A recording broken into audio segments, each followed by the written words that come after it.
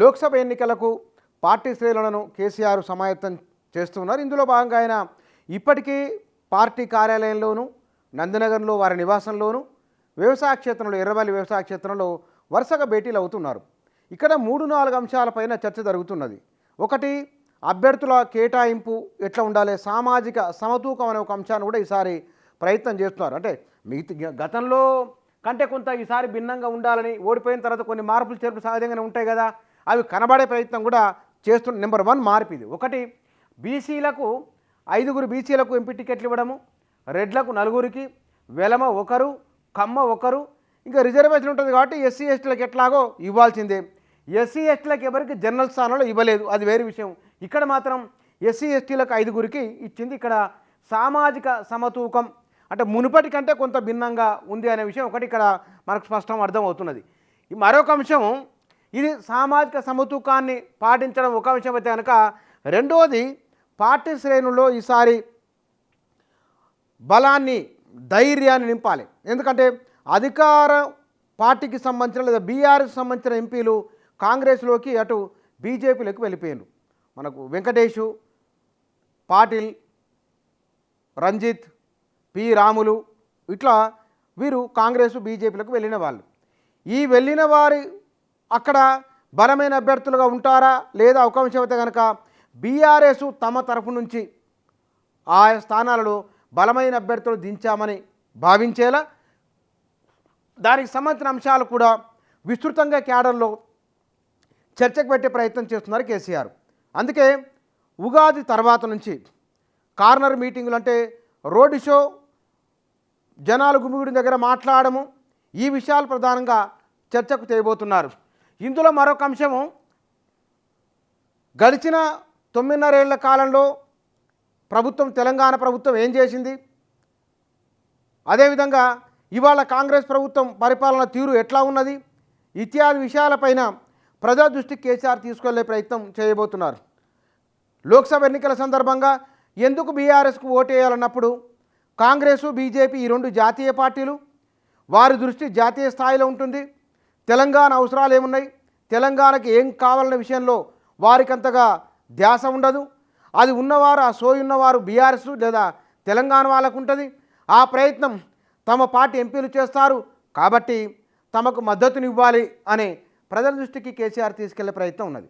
రెండవది, అసెంబ్లీలో కాంగ్రెస్ ప్రభుత్వం విద్యుత్ రంగం పైన, ఇరిగేషన్ పైన, రాష్ట్ర ఆర్థిక వ్యవస్థ పైన, పౌర సరఫరాల పైన ఇత్యాది అంశాల్లో శ్వేతపత్రాలు విడుదల చేసింది. రాష్ట్రము 6 లక్షలు, 9 లక్షల కోట్ల వరకు అప్పైంది రమారమే అని ఒక అంచనా ఉన్నది. ముఖ్యమంత్రి, మంత్రులు చాలా సందర్భాల్లో ఇదే విషయాన్ని ప్రజలకు బలంగా తీసుకొని వెళ్తున్నారు. అక్కడ ఆయన కేసీఆర్ అసెంబ్లీకి వెళ్ళి చెప్పలేదు కాబట్టి అప్పుడే కేసీఆర్ అన్నారు, తాను ప్రజాక్షేత్రంలోకి వెళ్తానని, ప్రజల వద్దకు వెళ్ళి వారికి విషయాలు వివరిస్తామని అన్నారు. బహుశా ఈ లోక్సభ ఎన్నికల ప్రచారం సందర్భంగా కేసీఆర్ మొత్తం తెలంగాణ వ్యాప్తంగా 11 లోక్సభ నియోజకవర్గాలలో డజన్ల కొద్ది సభల్లో ఆయన మాట్లాడే అవకాశం ఉన్నది.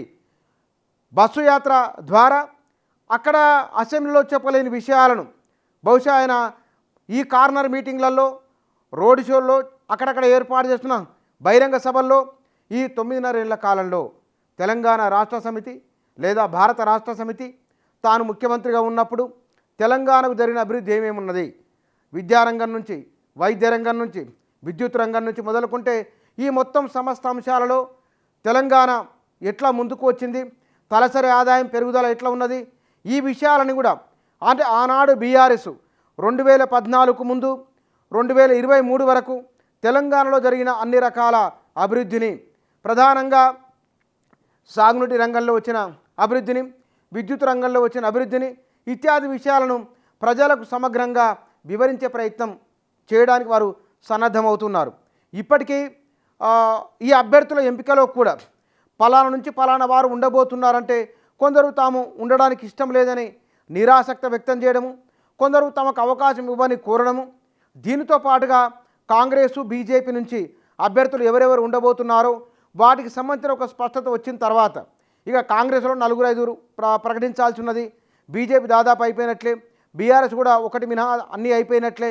ఇక ఎన్నికల ప్రచారంలోకి సామాజిక సమీకరణను, ప్రజల ఆర్థిక స్థితిగతులను, ఇవాళ నెలకొన్న కరెంటు నీళ్ల పరిస్థితిని ఇవన్నీ కూడా ప్రజలకు మరోసారి కేసీఆర్ వివరించే ప్రయత్నం చేయబోతున్నారు అనేది.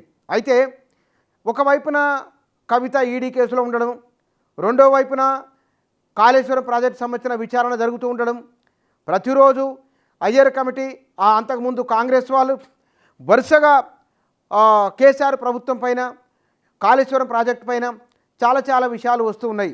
అది తొందరపడి నిర్మాణం చేసిందని, ఈ స్థలంలో ఎందుకు చేసిరని, ఆర్థికంగా నష్టపోయిందని, ఇంతవరకు కాళేశ్వరం కింద అదనంగా 1 ఎకరాకు కూడా నీళ్లు రాలేదని, ఇట్లా చాలా విషయాలు చర్చలోకి వస్తున్నాయి. ఆయన పార్టీని ఈసారి ఎంపీలను ఎట్లా గెలుచుకోవాలి ఒక ప్రయత్నం బలంగా జరుగుతున్నది.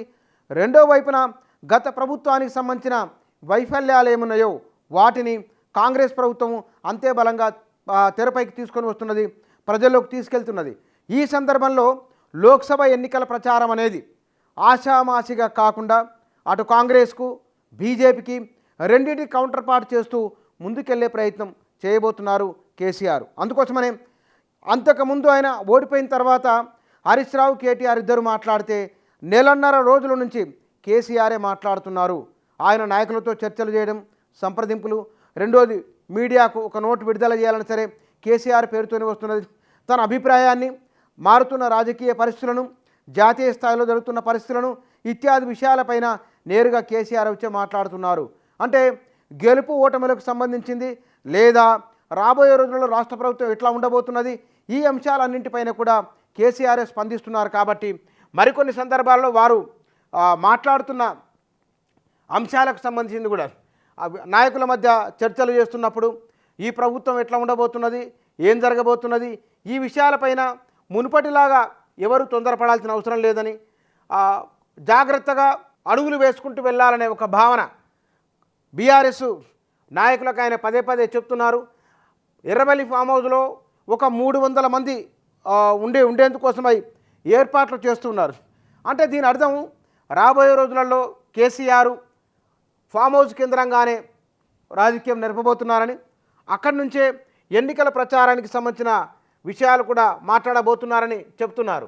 దీంతో పాటుగా రాబోయే రోజులలో జాతీయ స్థాయిలో ప్రాంతీయ పార్టీలదే హవా ఉండబోతున్నదని కూడా అంటున్నారు.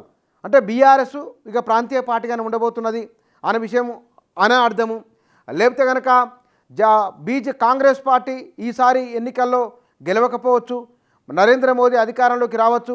కాంగ్రెస్ పార్టీ బలహీన పడిన తర్వాత ఆయా రాష్ట్రాల్లో భారతీయ జనతా పార్టీని ఎదుర్కోవాలంటే ప్రాంతీయ పార్టీలు మళ్ళీ అవి రివైవ్ కాక తప్పదు అనే భావన కానీ ప్రాంతీయ పార్టీల శకం రాబోతున్నదని, తాము మరీ బలం పెంచుకోబోతున్నామనే ఒక భావన కూడా కేసీఆర్ తన వద్ద వచ్చిన నాయకుల దగ్గర వ్యక్తం చేసినట్లు తెలుస్తున్నది. కాబట్టి 10 నుంచి 12 స్థానాల వరకు తాము గెలవబోతున్నామని, రాబోయే రోజులలో ప్రాంతీయ పార్టీలది హవా ఉండబోతున్నదని, ఈసారి మాత్రం మోదీకి అవకాశాలు ఉన్నాయని, ఈ విషయాలన్నీ కూడా కేసీఆర్ నాయకులతో మాట్లాడుతున్నారు.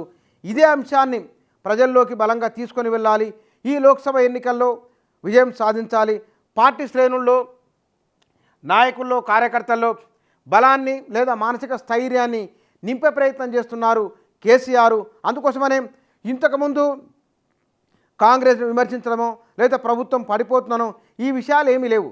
తన టోను మారి జాతీయ స్థాయి అంశాలు ఎట్లా ఉండబోతున్నాయి, స్థానికంగా ఉన్న అంశాలను ఎట్లా తీసుకోవాలి, ఈ ప్రభుత్వాన్ని ఉంటుందా పోతుందా అనే దానికంటే కూడా రాబోయే రోజులలో తాము ఏం చేయబోతున్నాము, తెలంగాణకు బీఆర్ఎస్ ఏం చేయబోతుంది, ఇత్యాది విషయాలపైన కేసీఆర్ కార్యకర్తలకు చెప్తున్నారు.